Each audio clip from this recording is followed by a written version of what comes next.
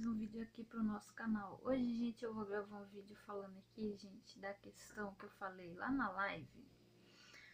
E é legal a gente separar por tópicos, justamente porque esses tópicos eles podem vir a nos ajudar depois. Muita gente aqui no canal já tem filho, e principalmente filho com as pessoas abusivas. Gente, ter filho com pessoa abusiva é algo bem complicado. E por que eu digo isso? Porque é um vínculo para toda a vida, né? Mas, gente, eu creio que é o seguinte, muita gente fica perguntando, como será que eu vou educar meu filho? Eu não tenho filhos. Aí muita gente fala, nossa, se você não tem filho, então você não pode falar sobre criação de filhos. Talvez não, mas, gente, vocês têm que entender uma coisa na vida de vocês. Eu conheci muita criança, conheci muito menor de idade, porque eu dei aula, né? E tinha muita criança, muito adolescente também. Eu não era tanto assim professora de criança, porque criança, ela geralmente ela tá na fase de alfabetização. E eu não sou professora alfabetizadora, então eu pegava da 5ª série pra lá. Então eu já não era tão criança assim, né? Se bem que quando eu dei aula de inglês, eu peguei também um pessoalzinho assim de 7, 8 anos, mas não era muito comum, tá, gente? Eu não sou alfabetizadora. Aí, o que acontecia? A gente ia lidar com as crianças e com os adolescentes, eles chegavam e falavam assim, ai professora, quando eu tiro 10, a minha mãe chega pra mim e fala que eu não fiz mais essa obrigação. Ai professora, quando eu, enfim, sei lá, fiz tal coisa de bom, ela não me elogia, não fala nada de bom. Gente, esse tipo de atitude é extremamente frustrante.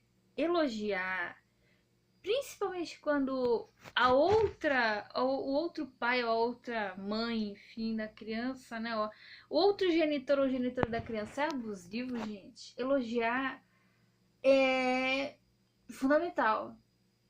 Sabe por quê, gente? Porque elogiar constrói autoestima, principalmente da criança e do adolescente. Por que eu tô falando isso aqui pra vocês, gente? Vamos supor que tem lá a pessoa. Aí ela começa, não, porque tirou 10, não fez mais que obrigação. Passou em primeiro lugar, não fez mais que obrigação. Fez tal coisa, não fez mais que obrigação.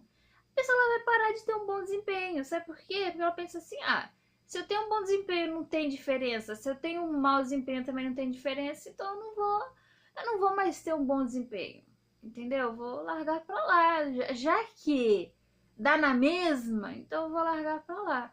Ou às vezes a pessoa pode até ficar revoltada, entendeu?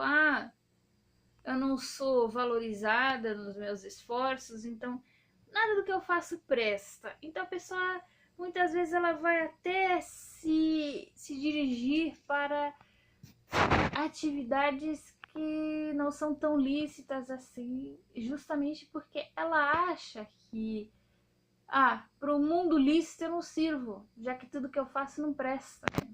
Gente, principalmente pais abusivos de câncer bi, principalmente da tônica narcísica e tal, a gente não pode dar diagnóstico. Eu falo isso já há anos aqui, a gente não pode dar diagnóstico, mas a tônica narcísica, por assim dizer, se a pessoa ela tem uma tônica narcísica na vida dela, ela não vai elogiar. Por quê? Porque principalmente quando o filho começa a crescer, ele ou ela começa a ver o filho como um competidor. Esse meu filho tá crescendo, essa minha filha tá crescendo, então vai querer tomar meu lugar. É meio como se fosse assim. Sabe aquele mito grego do Cronos, que ele devorou os filhos, justamente para que os filhos não o sucedessem? É meio que por aí o negócio. E eles não vão querer que você se dê bem, eles não vão querer que você tenha um bom emprego, eles não vão querer que você tenha uma boa formação, eles vão querer que você fique ali no limite deles, entendeu? E vai ser muito difícil, sabe por quê, gente? Você vai pro mundão, as pessoas também querem te comer viva. Ninguém quer muito teu bem, ninguém quer muito chegar pra você e falar, poxa, que legal, o fulano é talentoso, vamos colocar ele numa posição boa na sociedade. Difícil demais. E os pais também vão competir, os pais vão ficar competindo, vão ficar... Eu já vi muita mulher, gente, mulher com aquele complexo da fêmea alfa. Porque eu sou a fodônica, é porque eu sou a talzônica. E por eu ser a fodônica, a minha filha não pode se equiparar a mim. Ela tem que ser uma fêmea beta, abaixo da minha sombra, ou ela tem que ser tipo uma réplica da mãe abusiva, quer o dourado ou a dourada, né, para validar a pessoa narcísica, ou ela é uma inimiga, uma competidora e não merece fazer parte do núcleo familiar. Independente se trabalha, se estuda, se tem bons méritos ou não. Quando eu chegava e eu falava que na minha adolescência eu fazia coisas boas, a minha mãe chegava para mim e falava assim: ah, é bom para você. É bom para você, não é bom pra gente, é bom para você. Não, peraí, um adolescente vai fazer coisa boa pros pais? Os pais é que tem que fazer coisas boas pro adolescente. Quando o filho ficar mais velho, quando o filho ficar adulto e tiver condições de contribuir com os pais, aí são outros 500. Agora, o adolescente tem mais que fazer coisa boa pra ele mesmo. Ele vai fazer o quê? Vai sustentar a mãe? Vai sustentar pai? Na adolescência? Você vê a loucura? E olha que eu não acho que a minha mãe seja narcisista, mas é papo para outro vídeo isso aqui. Mas, gente, vamos voltar aqui para aquilo que eu tava falando para vocês. Gente, então, não faz essa obrigação, você faz coisa boa para você não faz coisa boa para os outros, então quer dizer, a pessoa vai achar que ela tem que ser de qualquer jeito, porque se ela não, sei lá, não faz diferença, né? Ela ser boa, ela ser ruim, ela ser relapsa ou ela ser responsável. Tanto faz como tanto fez. Então eu creio, gente, que o elogio também é uma ferramenta pedagógica muito importante. Você tem alguém lá que é uma pessoa que estuda, trabalha direitinho, cumpre com seus deveres, ela tem sim que ter uma posição privilegiada em relação àquela pessoa que não faz isso. Ela tem que ser elogiada. Ela tem que chegar para ela e falar assim: olha, parabéns, por exemplo, um aluno, no meu caso que eu sou professora, tira 10, tem que escrever lá, parabéns, acabou. E muita gente abusiva, muita gente parasitária vai ficar junto com essas pessoas justamente porque elas já estão programadas para trabalhar demais, receber de menos, receber elogio de menos e sempre querer se provar. Sempre querer se provar, porque eu trabalho muito, eu faço muito, mas a pessoa abusiva tá sempre te diminuindo, tá sempre dizendo que o vizinho faz melhor, que o teu irmão faz melhor, que o não sei quem faz melhor. Então as pessoas abusivas, elas vão olhar, elas vão ver que você já foi programado e elas vão falar assim: é aqui que eu fico, porque essa pessoa vai trabalhar, vai me sustentar, vai fazer um monte e ainda vai achar que tá devendo. Quando a pessoa abusiva, ela educa alguém para só dar e ganhar muito pouco em troca ou nada em troca, ou às vezes ganha até crítica em troca, ele tá programando essa pessoa para ser revitimizada por pessoas que sabem farejar essa qualidade dela, por assim dizer. Por exemplo, aquele meu ex passivo-agressivo, desempregado crônico. A minha sorte é que eu nunca fui dar dinheiro para homem. Mas a outra menina que ele namorou depois também, 2 graduações, sempre trabalhou, sempre foi esforçada. Eles só ficam... Você vai ficar com pessoa vagabunda que nem eles? Não vai pra frente. Se ficar com pessoa vagabunda que nem eles, são os dois cavando a própria cova. Então eles não vão namorar com uma pessoa que é pra trás que nem eles. Eles puxam pra trás enquanto a outra parte puxa pra frente. Gente, é muito inglório, é muito ingrato isso aqui. Quando eu falei também no vídeo lá do bode expiatório, que o bode expiatório tem mais chances de sair. Por quê? Porque ele já tá acostumado a fazer trabalho doméstico, já tá acostumado a trabalhar, já tá acostumado a uma série de coisas. Só que ele tem baixa autoestima, por quê? Porque ele nunca teve esse estímulo. Ele nunca teve esse elogio. Mas ele tem mais chance de sair, porque o dia que ele descobrir que trabalhando o mesmo tanto que ele já trabalha no mundão, pra ele vai ganhar muito mais, porque essas pessoas abusivas, elas não passam de pesos na vida das pessoas. Elas são pesos, elas são...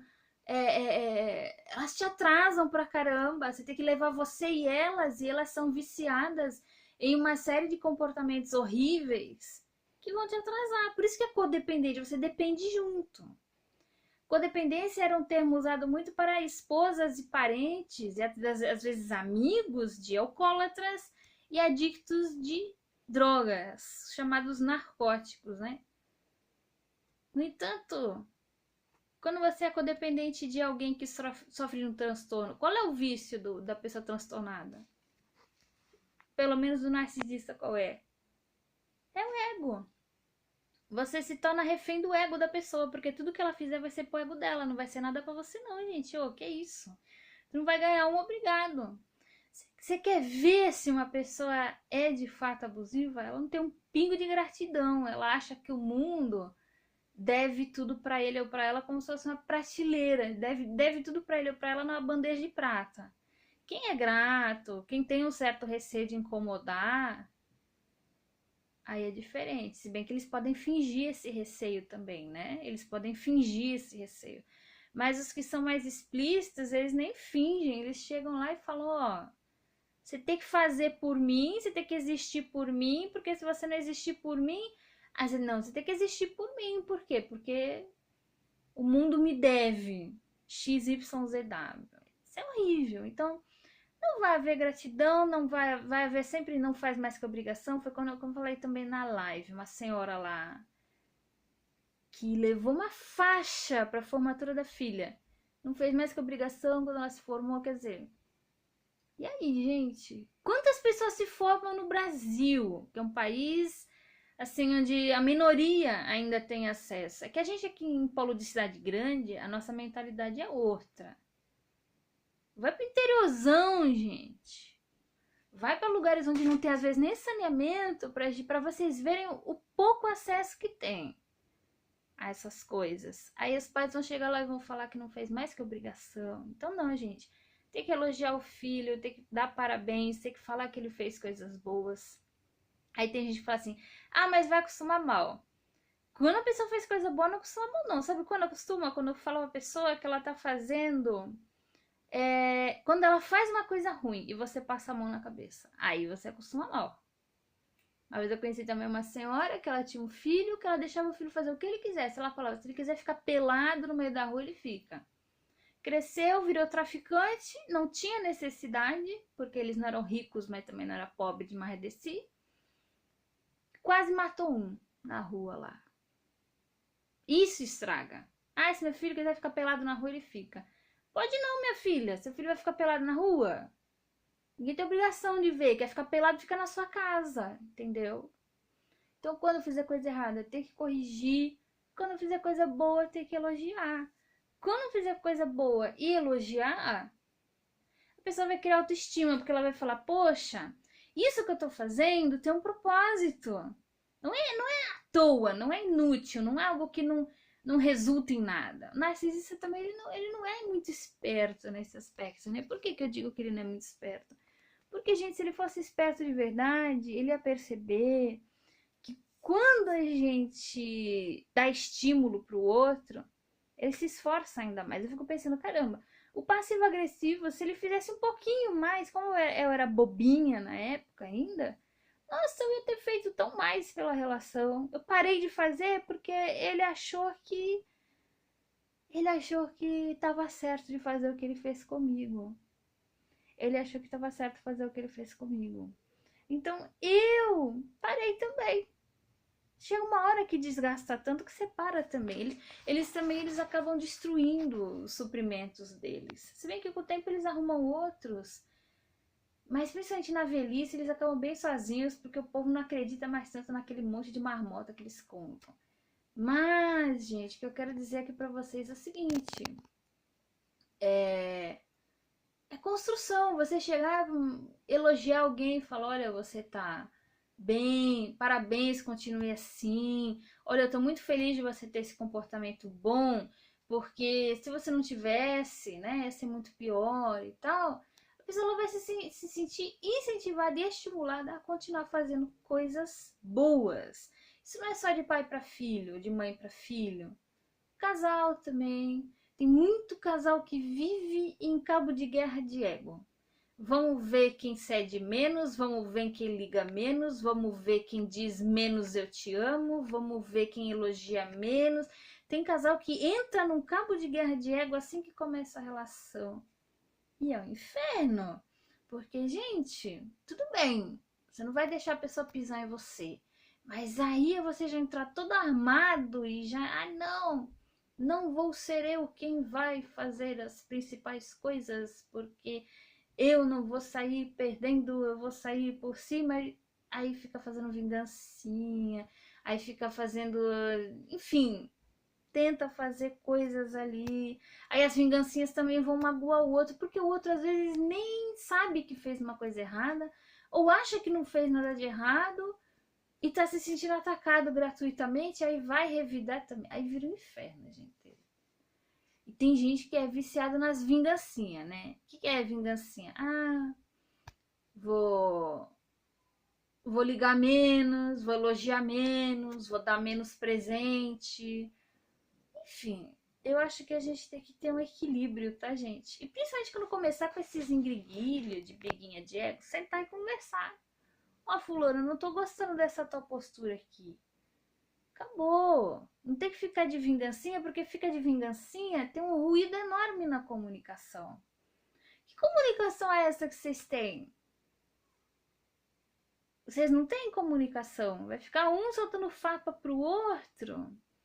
É um negócio ruim. Mas, e esse ego, infelizmente, também existe nas relações pais e filhos, principalmente porque, por exemplo, as mães, elas veem que elas estão envelhecendo e as filhas estão florescendo. Só que vocês têm que lembrar que a adolescência, apesar do corpinho estar tudo em dia, mas a mente é um inferno.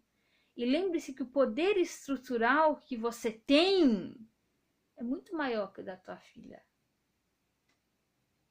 Então não inveja a juventude do outro ou da outra. Lembre-se, pelo contrário, do quão frágil, do quão vulnerável a tua psique era na tua adolescência.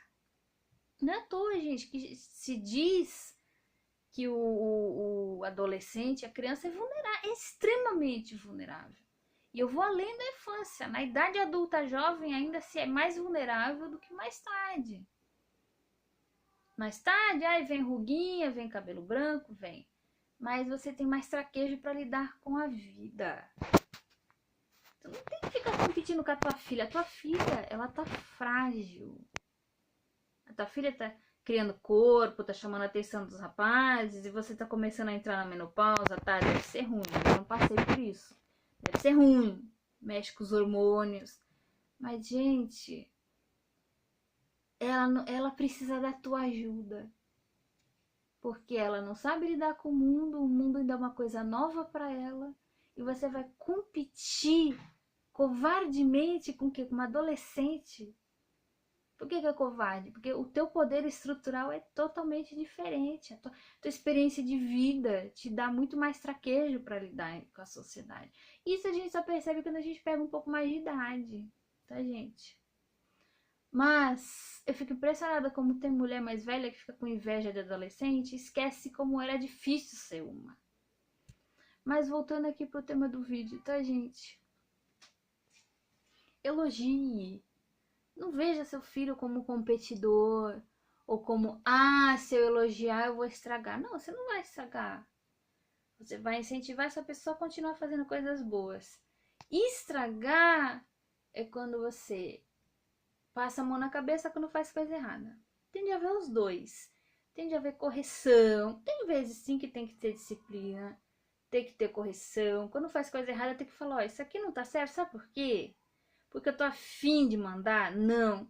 É porque isso aqui é algo que lá na frente não vai dar um bom resultado. Sabe por quê que não vai dar? Por causa disso, disso, disso.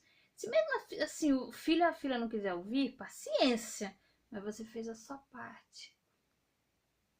Ao passo que, se você simplesmente chega lá e não elogia nunca quando teu filho fez uma coisa boa, quando teu filho passa num vestibular, quando ele tira uma nota boa, quando mais pra frente ele consegue um emprego, quando ele com o dinheirinho do emprego dele consegue comprar um PC novo, comprar um celular novo. Se você não elogiar, gente, ele vai achar que tanto faz como tanto fez. E aí ele não vai desempenhar.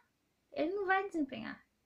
Isso eu já vi em empresa também, tá, gente? Uma vez eu me lembro que eu trabalhei num determinado lugar que diziam assim, olha, estão falando assim para professor que quando o professor ele reter os alunos, é para ele ganhar um adicional. Aí a pessoa ainda brincou, falando assim, e não tem como fazer para tirar, não, quando o professor for ruim?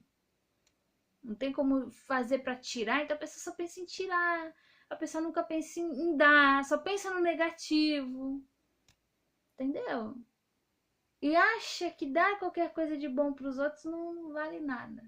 Não vale nada. Então, gente, acho que não tem coisa pior do que uma pessoa amarga do nosso lado.